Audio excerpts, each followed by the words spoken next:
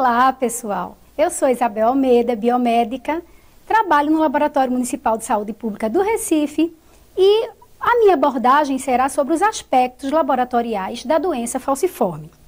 As doenças falciformes são alterações genéticas da hemoglobina humana e ela tem uma morbidade significativa em todo o mundo. As doenças falciformes também, a gente pode classificá-las como alterações hereditárias da hemoglobina quando em homozigose ou em heterozigose. Quando ela está associada a uma outra hemoglobina variante, a gente pode dizer que ela é uma doença falciforme em dupla heterozigose. Quando ela está associada apenas à hemoglobina S, ou seja, ela é uma hemoglobinopatia SS, ela é uma doença falciforme em homozigose. E aí, ela pode também estar associada a uma outra alteração da hemoglobina humana, que são as talassemias, como a gente pode ver nesse slide. Então, a associação da hemoglobina S com a talassemia, seja ela de cadeia alfa ou de cadeia beta, ela será uma S-beta-talassemia ou uma S-alfa-talassemia ou até as outras talassemias menos comuns. Então, conceitos importantes devemos relembrar. Uma hemácia, que é a célula vermelha do sangue, e a hemoglobina, que é o conteúdo dessa hemácia, que dá a cor vermelha ao sangue. Então, uma hemácia normal, ela contempla a hemoglobina A. Uma hemácia que tem a hemoglobina, uma hemácia falciforme, ela contempla a hemoglobina S, que é a hemoglobina alterada, que a gente está estudando em relação à doença falciforme. Então, tudo isso ocorre dentro do vaso sanguíneo, como pode ser visto nesse slide. O processo de falcização se dá da seguinte forma. Uma hemácia normal, né, ela contempla a hemoglobina S alterada, e aí, a partir do momento que ela sofre um processo de desoxigenação, por diminuição do nível de oxigênio ou ausência do oxigênio, ela vai gerar uma hemácia falcizada. Essa hemácia falcizada será o desencadeador dos fenômenos vaso-oclusivos, como de hemolíticos, da doença propriamente dita. Isso acontece tanto em vivo como in vitro. O processo de falcização, ele leva à lesão tecidual, que pode ser em qualquer parte do organismo. Então, se ele for uma lesão a nível de cérebro, ocluiu os vasos capilares do cérebro, então a gente pode ter um AVC. Se for no pulmão, uma síndrome torácica aguda, uma pneumonia, em qualquer parte do corpo pode ser atingido pelas lesões teciduais da falcização. As crises dolorosas é o que a gente tem de mais grave na doença falciforme, ou seja, é um aviso do desencadeamento dessa falcização no organismo. Então, vários fatores desencadeiam essa falcização. E aí a gente tem alguns processos de desidratação que levam ao aumento da viscosidade, o estresse, a falta de oxigênio, ou seja, tudo que leva a essa falta de oxigênio vai desencadear o processo de vasoclusão. Inclusive a febre, que ela é um aviso de um processo infeccioso que vai aumentar a quantidade de fibrinogênio, consequentemente aumenta a viscosidade e a vasoclusão e aí todo o processo da doença. Então, quando a gente fala em doença falciforme, a gente lembra que é uma alteração genética e que para ela existir, ela tem que ser herdada de ambos os pais. Então, o gene para que causa a doença falciforme é o gene para a hemoglobina S. Então, tem que ter um pai e uma mãe com a presença desse gene. Aqui nesse slide a gente pode ver bem as probabilidades genéticas da doença falciforme propriamente dita, a homozigose hemoglobinopatia SS. A gente tem 25% de chance de nascer SS a partir do momento que tem um pai portador de traço e uma mãe portadora do traço. Só apenas uma hemoglobina alterada. 50% de chance de nascer com traço falciforme e apenas 25% de chance de nascer normal. Isso para cada gestação. Então, a importância de se fazer o diagnóstico em apenas uma gestação. A doença falciforme, como a gente bem falou, é uma alteração genética e aí, para ela realmente aparecer num portador, ela tem que ser herdada de ambos os pais. ambos os pais têm que ter o gene para essa hemoglobina alterada. E aí a gente pode ver bem nesse slide onde a gente tem o pai, que é o da gravatinha, e a mãe, o do lacinho. Então, todos dois carregam na sua genética a hemoglobina alterada S, e aí, a partir do momento que haja o cruzamento, pode nascer a probabilidade de nascer SS, ou seja, com anemia falciforme, é 25% de chance. Nascer normal, 25%, e nascer traço, ou seja, herdar apenas um gene, 50%. Isso é bastante interessante para a gente analisar aqui. Em cada gestação, a probabilidade é a mesma. Então, independente que nasça um filho com anemia falciforme, ou seja, SS, isso não acaba, isso em nenhum momento define que o próximo filho vai nascer sem a doença por conta dessas probabilidades. Essa probabilidade ela é comum para cada gestação. Aqui a gente tem uma outra doença falciforme, como a gente falou, da associação à dupla heterozigose. Para que ocorra essa dupla heterozigose, no caso aqui a hemoglobinopatia SC, também tem que herdar o gene alterado de ambos os pais. Então, a gente tem aqui um pai portador do traço falciforme, uma mãe portadora do traço falciforme e um pai portador do traço para hemoglobinopatia C. E a gente encontra essa probabilidade genética, onde 25% de chance de ser duplo heterozigoto para SC, que também é uma doença falciforme, porque carrega um gene para hemoglobina S. Esse outro exemplo, a gente pode ver a associação entre a hemoglobinopatia S com a talassemia beta. E aí, ele passa a ser um portador S-beta-talassemia. Para que isso aconteça, tem que herdar o gene alterado de ambas as hemoglobinopatias dos pais. Nesse exemplo, dá para ser visto bem isso. Um pai portador do traço para hemoglobinopatia para beta-talassemia e a mãe portadora do traço falciforme. Alguns exemplos de doença falciforme que a gente tem mais comum são a anemia falciforme, propriamente dita em homozigose SS, a hemoglobinopatia SC, a hemoglobinopatia SD e a S-beta-talassemia. Outras a gente encontra, mas as mais comuns são essas. Em relação à doença falciforme no mundo, como é que a gente pode estar vendo ela? Então, no mundo, a gente tem uma ocorrência de aproximadamente 400 mil novos casos por ano. E isso, na África, é onde chama mais atenção pela população negra ser em maior quantidade. Então, além de uma diferença bem evidente que a gente pode ter comparando a África com o Brasil, é a qualidade de vida que se oferece a esse portador e a atuação dos profissionais de saúde e da rede, no caso do Brasil, da existência do SUS, que faz com que ocorra um comprometimento maior com esses portadores. Então, a gente pode ver a diferença quando a gente analisa a mortalidade. Uma pessoa que nasce na África, ela tem uma sobrevida no máximo até 5 anos de idade, enquanto no Brasil a gente já chega até 48 anos de idade. E isso, no Hemop, a gente já tem pacientes que passaram dos 50 anos.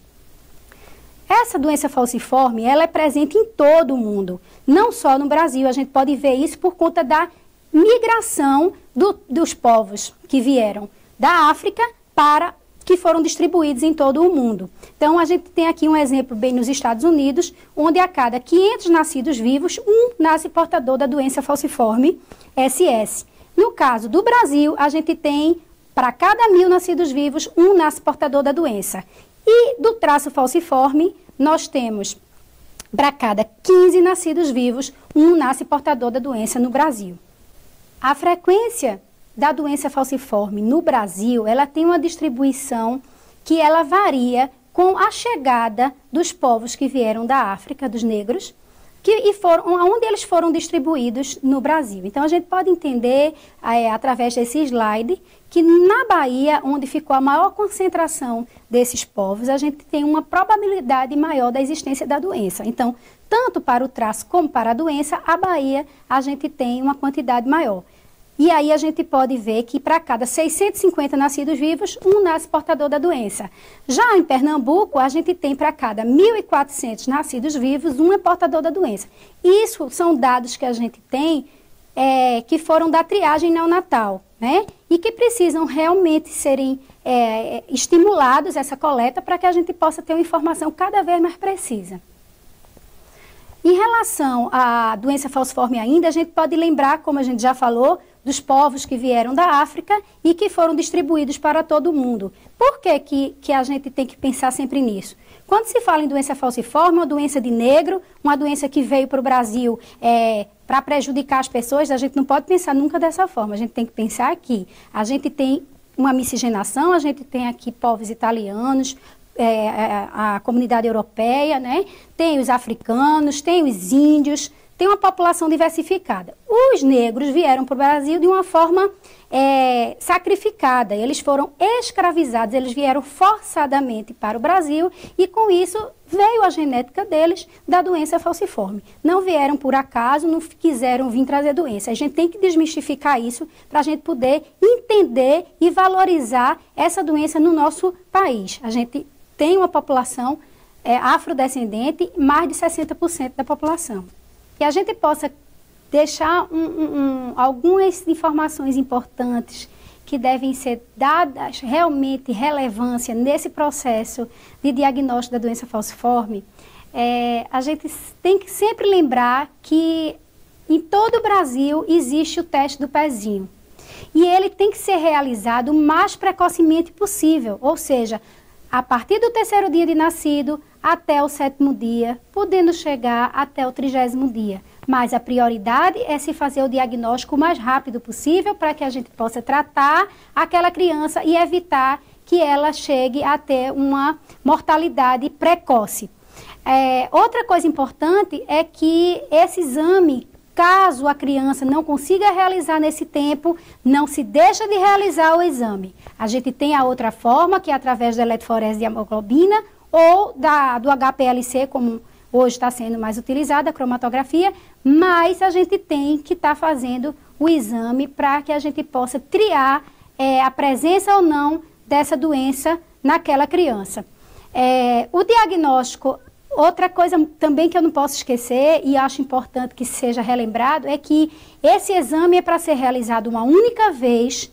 A mãe tem que levar esse resultado para todas as consultas com o pediatra para evitar que se suspeite de uma hemoglobinopatia naquela criança, onde já se foi feito o teste do pezinho, já se tem um resultado que possa ajudar a interpretação das futuras anemias e doenças que aparecerão nessa criança que possam ter sintomas semelhantes à doença falciforme e que pode, nesse momento, ser ajudado apenas com a presença desse resultado no pediatra.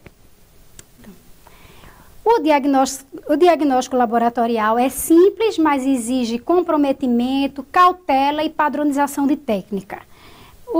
Esse exame, além de ser realizado nos recém-nascidos, pode ser analisado em qualquer pessoa que se tenha alguma suspeita que possa ter a hemoglobina S, tá certo? Nenhum problema quanto a isso. Se faz o exame da eletroforese da hemoglobina e um programa que foi recentemente implementado pelo Ministério da Saúde, em novembro de 2011, foi a portaria da Rede Cegonha, que refere à importância de ser realizado esse teste de eletroforese da hemoglobina para todas as gestantes.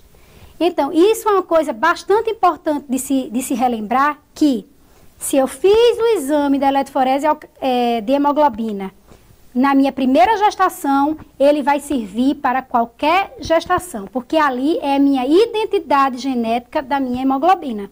Então, não tem necessidade de eu estar repetindo esse exame em todas as outras gestações. O teste mais sofisticado, né, os testes mais sofisticados, eles geralmente são referenciados para laboratórios de pesquisa, laboratórios que estão ali apenas para esclarecer alguns diagnósticos que não consigam através desses testes mais convencionais no laboratório clínico. Além do teste do pezinho, temos outras possibilidades de fazer o diagnóstico da doença falciforme. Uma delas é a suspeita clínica. Diante dos sintomas, sinais e sintomas do paciente, o médico solicita geralmente uma eletroforese da hemoglobina. Outras vezes eles pedem um teste de falcização das hemácias. Para quê? Porque eles acham que o paciente é um portador de doença falciforme e esses exames vão esclarecer a presença ou não da hemoglobina S nesse paciente. O eritrograma é uma outra forma de se fazer o diagnóstico, ajuda no diagnóstico, ele não define o diagnóstico.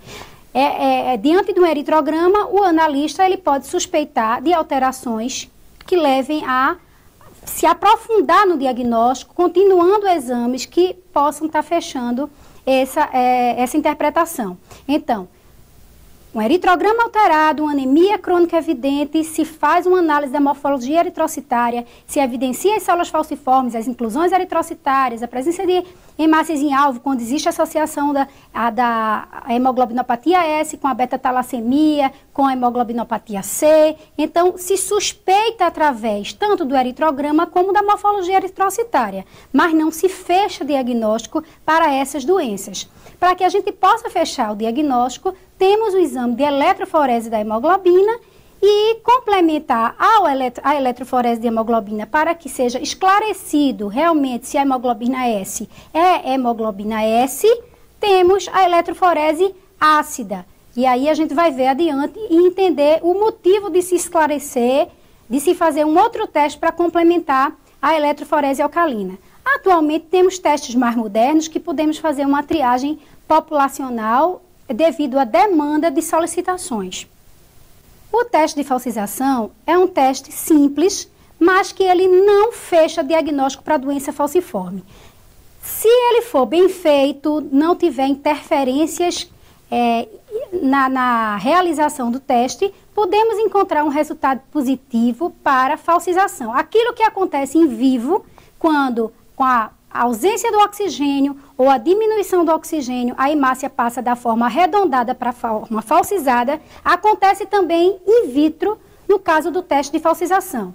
Se eu tenho ali a presença da hemoglobina S, eu vou encontrar um resultado positivo para o teste de falcização.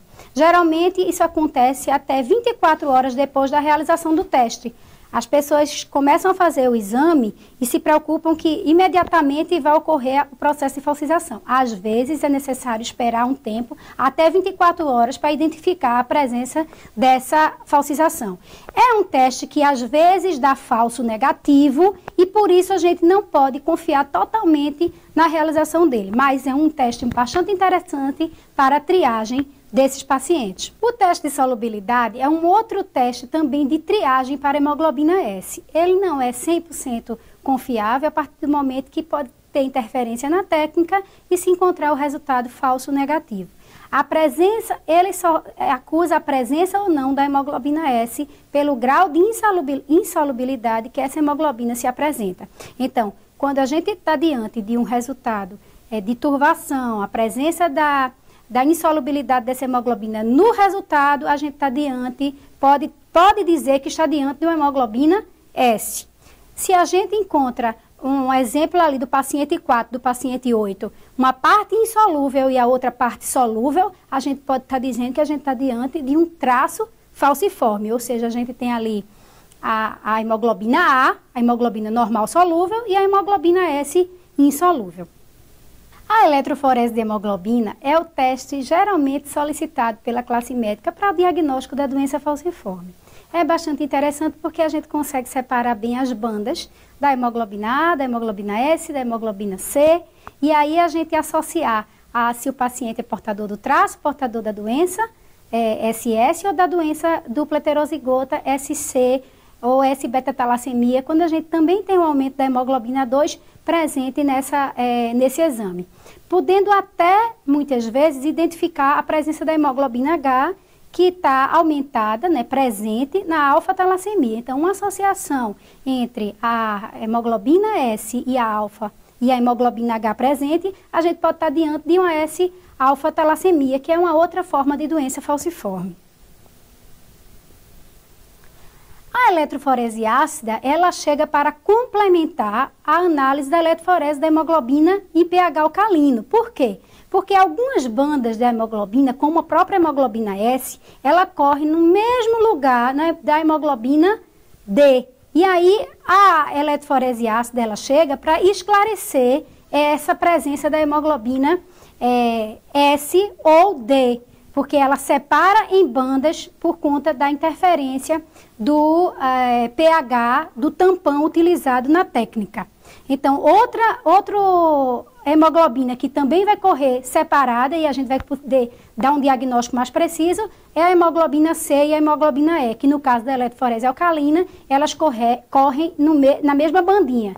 Quando a gente corre essa mesma amostra na eletroforese ácida com pH ácido, a gente consegue separar essas bandas e dar uma evidência melhor ao diagnóstico do paciente. A focalização isoelétrica já é uma tecnologia mais avançada, pouco utilizada pelos laboratórios, e ela foi já utilizada e ainda é utilizada também no diagnóstico do teste do pezinho. Ela é uma técnica mais sofisticada, que também separa em bandas, de acordo com o seu ponto isoelétrico, mas ela demanda uma estrutura e um cuidado maior, que para a triagem populacional tem um pouco mais de dificuldade na realização. Já o HPLC, que é a cromatografia líquida de alta performance, é uma metodologia utilizada pelos grandes laboratórios para as triagens populacionais e para o diagnóstico da hemoglobinopatia, seja ela SC, SD, SS, S-beta, porque existem kits específicos para a anemia falciforme, que é o Sickle-cell, como também para a talassemia, que é o kit de beta-talassemia, que também proporciona a identificação das hemoglobinas variantes. Então, um resultado mais preciso, mais rápido, com pouca amostra, com a quantidade pequena de amostra, o HPLC consegue proporcionar isso ao laboratório. Ele é utilizado hoje tanto para diagnóstico de adulto como para diagnóstico do teste do pezinho, a mesma metodologia. Sendo que a coleta que é feita no laboratório para o teste do pezinho é através do papel filtro, passa por um processo de eluição e depois de análise no equipamento propriamente dito. Já um diagnóstico de adulto, a coleta geralmente é feita no sangue total, o mesmo sangue que se coleta para o hemograma, e depois ele passa pelo processo no laboratório de diagnóstico semelhante ao que é feito com a amostra do teste do pezinho, só não passa pelo processo de eluição, visto que estaremos diante de uma amostra de sangue total. Também pode ser realizada através da coleta em papel filtro. Quando falamos de HPLC, pensamos em uma tecnologia maravilhosa, né, de última geração, pensamos sim, ela é maravilhosa sim, ela é rápida, usa pouca amostra, libera o laudo rapidamente, diagnóstico preciso, poucos precisam ser complementados com diagnósticos mais sofisticados, como é o caso da biologia molecular, a gente vai falar isso adiante, mas exige um comprometimento do profissional que está analisando aquele resultado. Porque algumas vezes, por interferência da ferropenia, os níveis de hemoglobina caem e como o valor que se dá, o valor quantitativo da hemoglobina 2 já é um valor pequeno, ou seja, gera o normal de 2 a 4%, então a partir do momento que eu tenho uma queda do nível de hemoglobina total, eu posso ter uma queda do nível da hemoglobina 2 e eu posso estar falseando um resultado como se eu não tivesse a presença dessa hemoglobina 2 alterada, não é, a níveis de normalidade, e ela estando alterada simplesmente sofrendo a interferência da ferropenia. Então, é muito importante que o analista esteja comprometido e entendendo todo o processo do exame e dos seus interferentes. A UHPLC é uma metodologia muito interessante porque, além de ela dar análise qualitativa, ela dá também a análise quantitativa. E isso facilita a interpretação para que possa se fechar o diagnóstico da doença falciforme.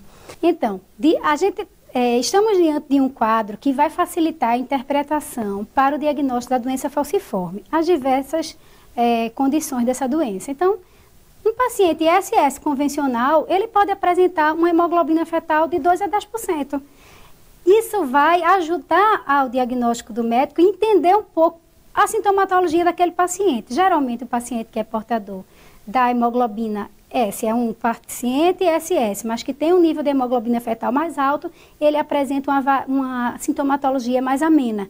Enquanto que o paciente que é portador da anemia falciforme, com os níveis de hemoglobina fetal mais baixos, ele apresenta geralmente uma sintomatologia mais grave. Então, o diferencial de você fazer uma análise quantitativa é oferecer um subsídio a mais para o médico na interpretação da variabilidade dos sintomas da doença.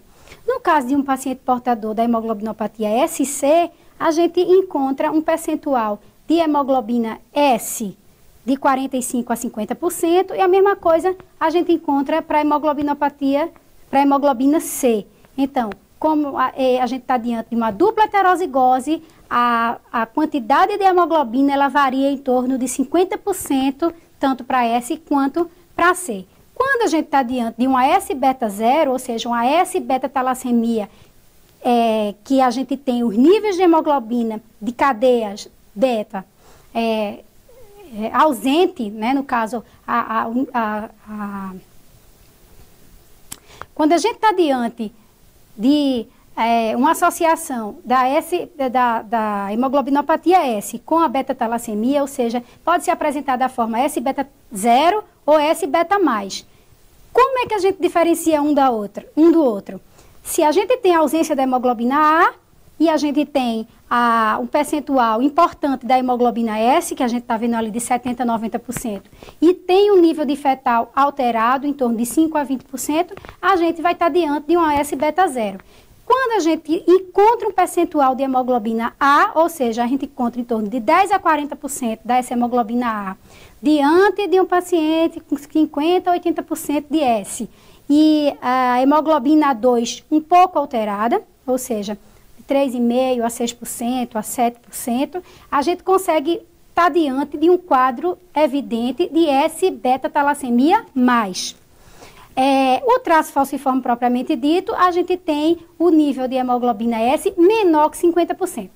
Para ficar mais claro, sempre que eu tiver a quantidade de hemoglobina S presente no meu resultado acima de 50%, eu tenho que analisar de uma forma mais objetiva para que eu possa classificar qual tipo de doença falciforme que eu tenho ali. Se eu tenho hemoglobina S menor que 50%, eu estou diante de um traço falciforme ou de alguma outra hemoglobina que corra na mesma posição, ou seja, que se apresente na mesma posição da hemoglobina S ou na mesma, no caso, o pico do cromatograma, né, na mesma bandinha da hemoglobina S. Então, é necessário muito cuidado na interpretação. A gente não pode estar fechando o diagnóstico apenas com um teste.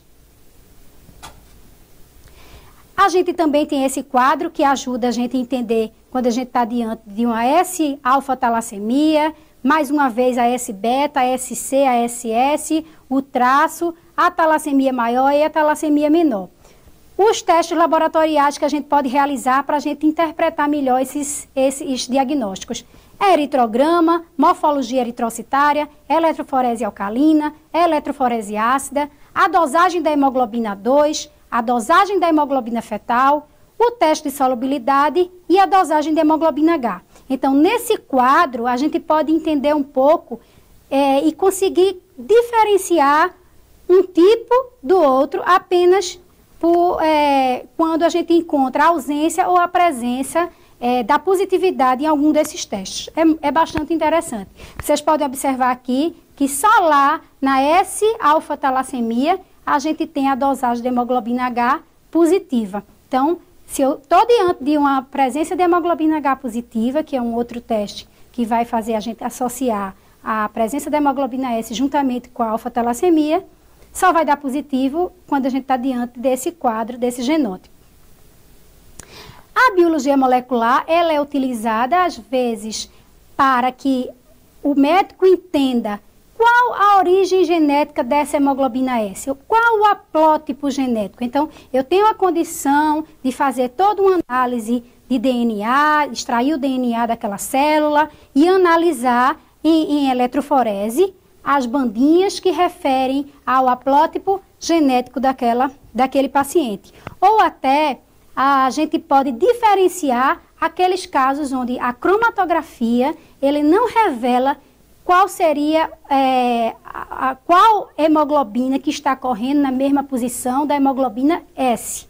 Às vezes a gente está diante de um resultado onde tem a presença de S no HPLC e a gente não tem falsização, a gente não tem teste de solubilidade positivo, então a gente vai fazer um teste de adiante, levar para a biologia molecular, para a gente poder esclarecer qual é a hemoglobina real daquele paciente. Então, é um teste esclarecedor, mais moderno, e geralmente são realizados em laboratórios de pesquisa. Então, aqui a gente pode estar mostrando a presença mais frequente desses haplótipos genéticos que dão essa variabilidade na sintomatologia da doença. O mais comum, mais frequente, é o K, que é em torno de 81%. Então, em seguida, a gente tem o benin, o camarão e o recombinante. Então, aí dá para a gente ter uma ideia da maior frequência do haplótipo no Brasil é o haplótipo K. Então, aqui a gente está demonstrando para vocês um pouco do que a gente vem encontrando no Laboratório Municipal de Recife, desde quando a gente começou a fazer o diagnóstico dos pais e das gestantes da cidade do Recife. Então, começamos antes de todo esse envolvimento, de todo esse entendimento da importância de se fazer o diagnóstico no adulto. O teste do pezinho impulsionou que a gente pudesse estar fazendo a triagem também das mães no pré-natal, para que precocemente elas pudessem ser ajudadas, identificadas e passarem a ter um cuidado maior no pré-natal de alto risco. Então, em 2002, começamos a realizar 680 testes para diagnóstico. Foi implantado na cidade do Recife essa análise populacional de todas as gestantes no pré-natal e todas as suspeitas clínicas e também dos casos quando o bebê aparece positivo no teste do pezinho, a gente também realiza oferecido o diagnóstico para os pais. Até 2010 já conseguimos realizar quase 80 mil exames para diagnóstico dessas hemoglobinopatias. Isso se deve a um comprometimento de todo o pessoal de enfermagem e profissional médico que solicita esse diagnóstico no pré-natal para todas as gestantes. Ainda não conseguimos fazer, lógico, de toda a população de gestantes da cidade, mas existe um trabalho continuado de orientação para que seja entendido a importância de se fazer o diagnóstico precoce, identificar a doença falciforme e colocar esse paciente no pré-natal de alto risco para que tenha um cuidado diferenciado e evite a mortalidade tanto da mãe como até do bebê.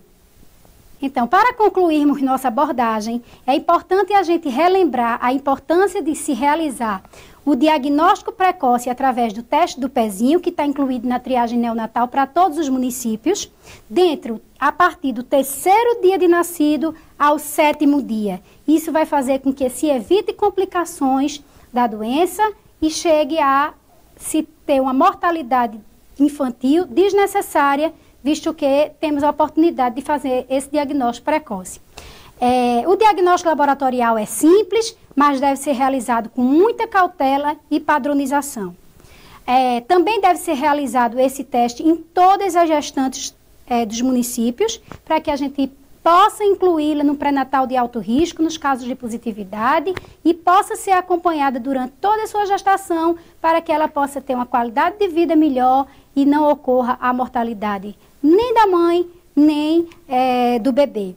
Gostaria de dar uma evidência à importância da equipe multidisciplinar no diagnóstico da doença falciforme, não é? Saber que para que a gente consiga qualquer resultado no laboratório, a gente precisa de todo um contexto envolvido, as pessoas presentes, o técnico do laboratório, o pessoal da recepção coletando as informações, o envolvimento com esse projeto, porque é um diagnóstico que ele transcende apenas um diagnóstico laboratorial, a partir do momento que a gente tem o racismo incluído nesse contexto do diagnóstico. Então, existe um racismo impregnado, que chama-se o racismo institucional, impregnado nos profissionais, e que para a gente conseguir realmente alcançar esse objetivo, foi necessário o envolvimento de toda uma equipe que eu gostaria de dar essa relevância. Também gostaria de agradecer e me colocar à disposição para qualquer esclarecimento posterior. Espero que tenha contribuído com a abordagem laboratorial no diagnóstico da doença falciforme e estamos aí para colaborar.